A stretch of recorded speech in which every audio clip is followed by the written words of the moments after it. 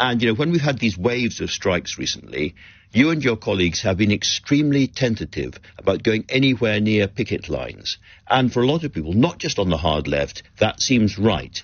Now, this is what, if you just listen for a second, I was talking to Bernie Sanders, who is, as it were, the American version of Jeremy Corbyn. Very different. I don't know how you have a political party that stands for anything if they don't stand with the working class of this country.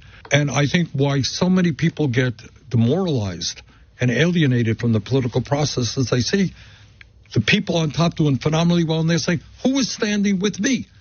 Who is worried about the future of my kid, whether I can afford to send my kid to college? Who is worried about whether I can pay the rent? And you need, in my view, political parties in the United States, in the UK, all over the world, who say, you know what, we're prepared to take on powerful special interests. We're going to stand with the working class, with the unions.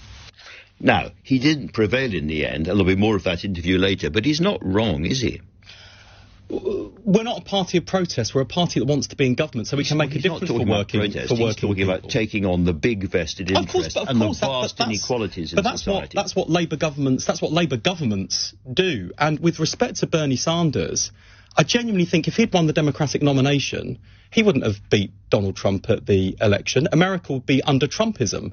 Instead, they went for Joe Biden. And I remember all the criticism from all of the, self-appointed talking heads for the left in Britain who were saying, Biden's boring, Biden's too centrist, Biden isn't going to deliver for working people. But look at Joe Biden's ambitious domestic plan. Look at what he's doing to accelerate America towards net zero, to make sure that American, there's more buying, making, selling of American goods for American people, creating good jobs and wages. Though, to be fair, and he can do that because he won. Biden did pick up quite a lot of the Sanders agenda. They sat down together and they thrashed out a compromise, which is a bit like you guys sitting down Momentum and agreeing a compromise position, which I don't see happening anytime soon. Well, I think the comparison with Momentum is very uncharitable to Bernie Sanders. I wouldn't put him in that bucket. But I do think that in terms of what a Labour government will do, and you look at those missions we've set out, I mean, it wasn't just growth, it was inclusive growth. That's at the heart of that